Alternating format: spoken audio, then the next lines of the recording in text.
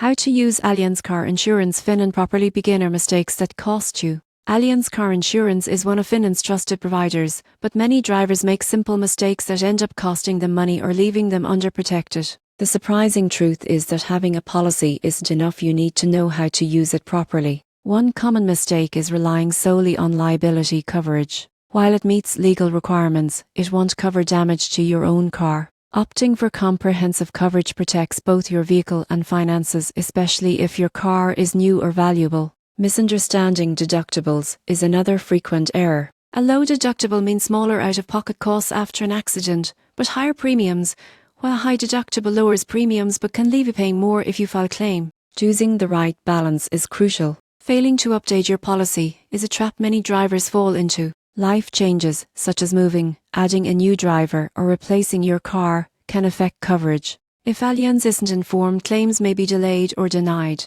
Overlooking available discounts is another costly mistake. Allianz offers savings for safe driving, accident-free records, and bundling multiple policies. Missing these opportunities can cost you hundreds of euros per year. Finally, misunderstanding the claims process can delay your payout. Always document damages thoroughly, report incidents promptly, and communicate clearly with your claims representative to ensure smooth handling.